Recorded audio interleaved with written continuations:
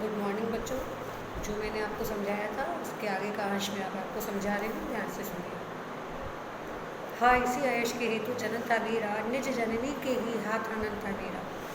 भरत जो है वो पश्चाताप से, ग्लानि से संयुक्त होकर 8 स्वर में प्रभु श्री राम को संबोधित होकर कहते हैं कि हे आर्य, शायद इस संसार में अपनी माँ के इस कुकृत्य को लेकर अपयश का भागी बनने के लिए ही मेरा जन्म हुआ था और अपनी माँ के हाथों ही मेरे चरित्र का हनन हुआ है। ये मेरे लिए बड़ी अफसोसजनक बात है। अब कौन अविसित आर्य और आर्य है किसका? तो हे आर्य श्रेष्ठ, आप ही बताइए कौन सी अभिलाषा है जिसे लेकर मैं यहाँ उपस्थित हो सकता हूँ, और यदि मेरी अभिलाषा है तो वो किसके लिए? संसार नष्ट है, भ्रष्ट हुआ घर जिसका, जिसका संपूर्ण संसार आप थे, जिसका संपूर्ण जीवन आप थे, जिस भरत का संपूर्ण संसार अर्थात आप उससे अलग हो गए, जिसका घर टूट गया हो, और जो स्वयं अपने माँ के कर्मों के कारण इतना लज्जित हो कि स्वयं से आंखें चुरा रहा हो, ऐसे भरत के लिए और कौन सी ग्लानिजनक बात होगी? इससे बढ़कर कौन सी ग्लानिजनक बात होगी? हे आर्य, अब आप ही बताइए, अब कौन सी ऐसी अभिलाषा शेष रह गई है जिसको लेकर मैं यहाँ उपस्थित हुआ हूँ? प्रभु ने भाई को पकड़ हृदय पर खींचा, रोदन जल से इसका विनोद उन्हें फिर सींचा। जब प्रभु श्री राम ने भरत के मुख से निकले अफसोसजनक इन शब्दों को सुना तो वे प्रसन्नता से ओतप्रोत हो गए। भरत के प्रति प्रेम उनके हृदय में उमड़ने लगा और वे अधीरता के साथ दौड़कर भरत को अपने हृदय से खींच कर लगा लेते हैं।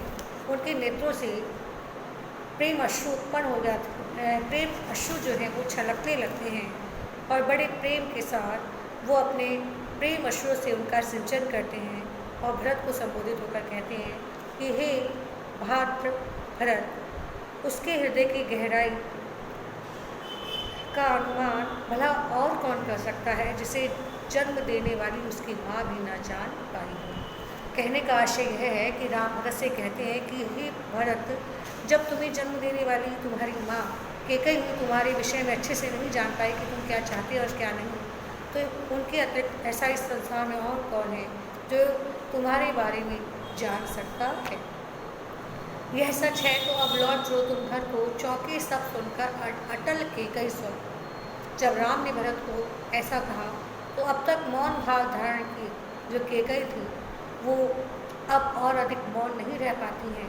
वे सन्नाटे को भंग करके तीव्र स्वर में राम को संबोधित होकर कह उठती हैं कि हे पुत्र, अगर जो तुमने अभी कहा कि भरत को जन्म देने वाली उसकी माँ ही उसको ना समझ सकी, अगर तुम्हारे द्वारा कहा गया ये वचन सत्य है तो तुम अपने इसी वचन की खातिर वापस अपने घर अर्थात अयोध्या लौट जाओ। अब तक शांत बैठी केकई के इस अटल अर्थात दृढ़ स्वर को सुनकर वहाँ उपस्थित सभी जो है वो चौंक उठते हैं।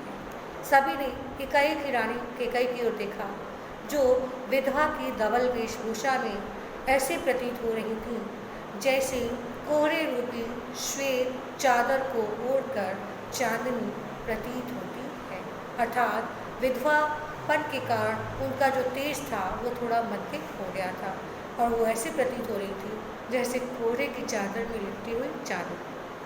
बैठी थी अचल तथापि असंख्य तरंगा। प्रत्यक्ष में वो सभा के सामने एकदम दृढ़ बैठी हुई थी, लेकिन उनके हृदय में विचारों की असंख्य तरंगे अर्थात लहरें आ जा रही थी। वह सिंगी अब भी हाहा गौमुखी गंगा, वो केकई जो इस समय उद्गम स्थल से निकलने वाली गंगा की धारा की भांति एकदम सीधी और सरल दिखाई दे रही थी। कभी यही केकई सिंघनी के समान गर्जना करती थी और क्रोध के आदेश में आकर इसी केकई ने राम के लिए 14 वर्ष का वनवास मांगा था।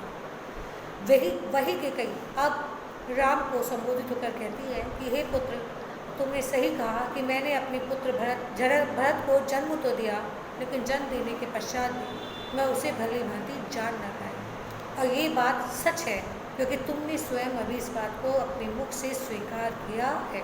हे पुत्र, तुम्हारे द्वारा कहा गया ये सब यदि सत्य है तो तुम वापस अपने घर लौट चलो, क्योंकि तुम्हारी अपराधी मैं हूँ, तुम्हारी माँ। मेरे पुत्र भरत का इसमें जरा भी अपराध नहीं।